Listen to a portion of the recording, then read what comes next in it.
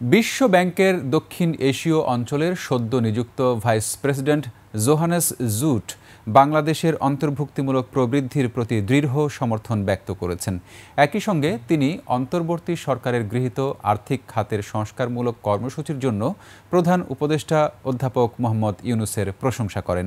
সোমবার রাতে ঢাকায় রাষ্ট্রীয় অতিথি ভবন যমুনায় প্রধান উপদেষ্টার সঙ্গে তিনি দেখা করেন।